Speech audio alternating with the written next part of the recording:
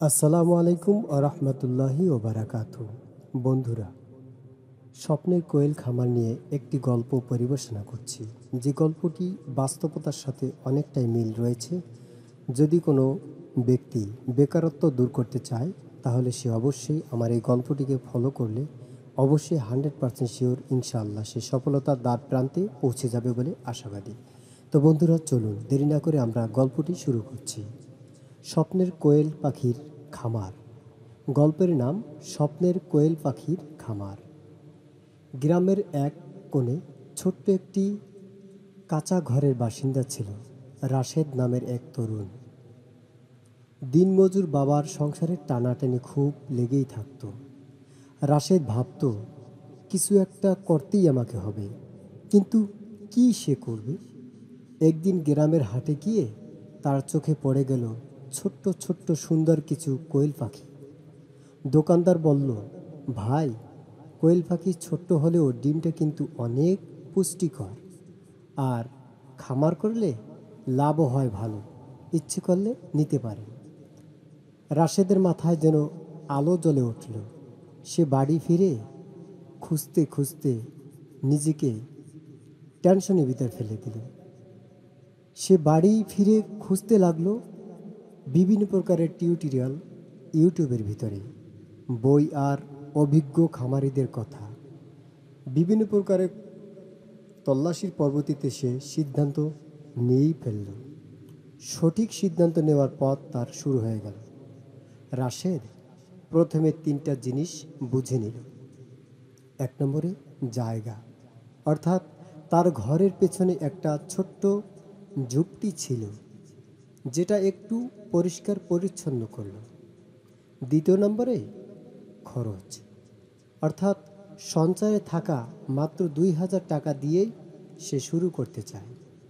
3 নম্বরে জ্ঞান, অর্থাৎ সে শিখল কোয়েল পাখি কোয়েল পাখিকে দিনে 2বার খাওয়াতে হবে, 2বার খাবার দিতে হবে, এবং পরিষ্কার পরিচ্ছন্ন পানি তাকে দিতে হবে, আর ঘরটাও শুকনো জায়গায় রাখতে হবে। যেরকম কথা সেরকমই কাজ। অতঃপর তারপর সে গেল শহরের পাখির দোকানে, কিনল 20টা কোয়েল পাখি মাত্র, যা সে খাঁচার ভিতরে আঁকড়ে ধরে নিয়ে আসলো।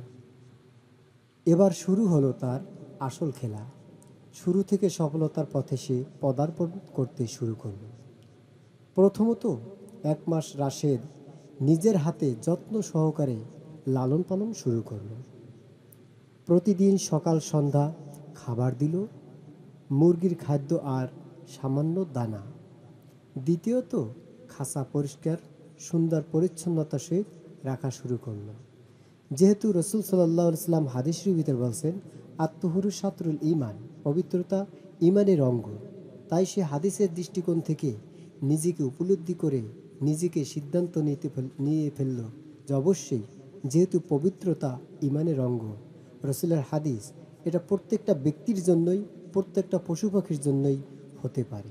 সুতরাং সে সেই খাঁচাকে পরিষ্কার পরিচ্ছন্ন করতে শুরু করল। তৃতীয়ত স্বাস্থ্য দেখে বুঝে গেল কোনটা পাখি দুর্বল হলো, কোন পাখিটি আমার সুস্থ হলো। 3 মাসের মধ্যে পাখিগুলো ডিম দিতে শুরু করলো। মাশাআল্লাহ, খুব চমৎকার চমৎকার ডিম দিতে শুরু করলো। প্রতিদিন 15 থেকে 16টা করে ডিম দিয়ে চলছে পাখিগুলো। সে ডিমগুলো হাটে বিক্রি করলো। আর মানুষ বলল, রাশেদ ভাই, আরও দিবেন ভাই, প্লিজ আরও নিয়ে আসবেন।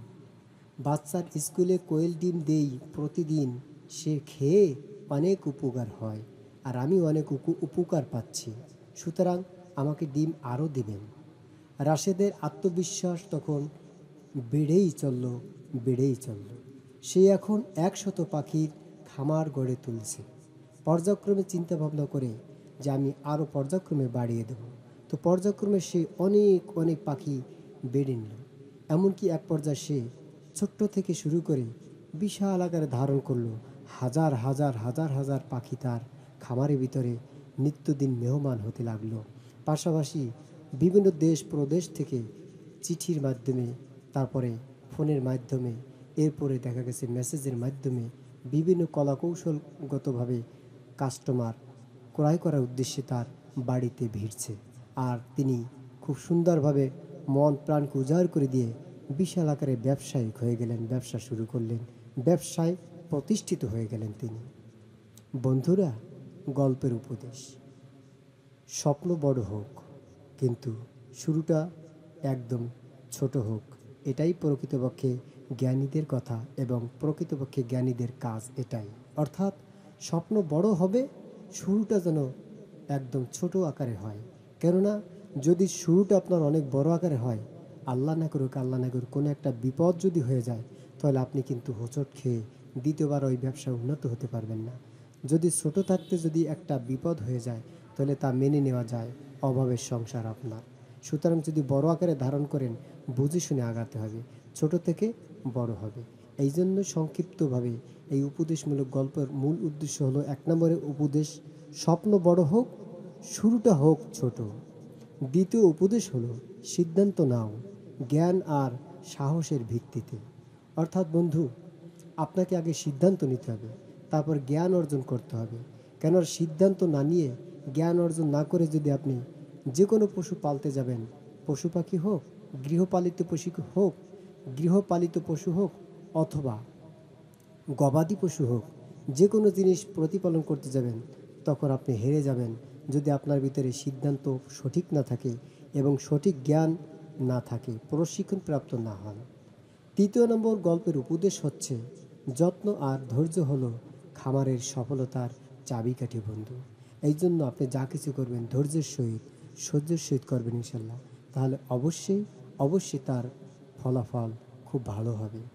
তাই বন্ধুরা, আমি চাচ্ছি একটাই, এই গল্পের দ্বারা বুঝাইতে, অবশ্যই আপনারা যা কিছু করবেন বুঝে শুনে করেন ইনশাল্লাহ। পরে ধন্যা না থেকে নিজের ধন্যা ধরে চলার চেষ্টা করুন। পরের পায়ে না হেঁটে নিজের পায়ে হাঁটার চেষ্টা করুন। সরকারের প্রতি চাপিয়ে না দিয়ে নিজে সরকার হওয়ার চেষ্টা করুন। পরের প্রতি ভরসা না রেখে নিজের পায়ে নিজে দাঁড়িয়ে, নিজে ভরসা, আপনার কাছ থেকে মানুষ উপকৃত হোক, এইটাই প্রত্যাশা করেন। আপনি মানুষের কাছ থেকে উপকৃত হতে পারেন আর না পারেন, নিজে প্রতিষ্ঠিত হওয়ার লক্ষ্যে কাজ করে যান। আল্লাহ তাআলা আপনাকে সফলতা দান করবেন। আমি মুফতি আব্দুল আউয়াল যে গল্পটা আপনাদের শোনালাম, এটা গল্প ঠিক, কিন্তু বাস্তবতার সাথে অনেকটা মিল রয়েছে বিধায় আমি গল্পটা বললাম। পাশাপাশি এই গল্পের ভিতরে আমি নিজেই জড়িত, আমি নিজেই প্রতিফলন হয়ে আসছি। আমার থেকে একটা উপদেশ গ্রহণ করেন। আমি অবশ্য বড় আকারে ধারণ করেছিলাম, আমি অনেকটা ক্ষতিগ্রস্ত হয়েছিলাম যখন ছোট থেকে শুরু করেছি। আলহামদুলিল্লাহ এখন আমি ডেভেলপ হতে চলছি। আমার ক্রিয়া প্রতিক্রিয়া অনেক ভালো, অনেক ভালো, অনেক ভালো, মাশাআল্লাহ, আলহামদুলিল্লাহ। বন্ধুরা, আমার এই গল্পটি আপনাদের কাছে কেমন লেগেছে? যদি ভালো লাগে, যদি কোনো বন্ধু আমার এই গল্প শুনে উদ্যোক্তা হন এবং সে মোতাবেক কাজ করেন, তাহলে আমি আমার এই গল্প বলে আমি ধন্য হব মনে করছি। তো ভালো থাকবেন, সুস্থ থাকবেন। আর এরকম গল্প আপনারা শুনতে চান কি না, বাস্তবতার সহিত মিল রেখে, তাহলে আমাকে কমেন্টস করে জানাবেন। আসসালামু আলাইকুম ওয়া রাহমাতুল্লাহি ওয়া বারাকাতুহু।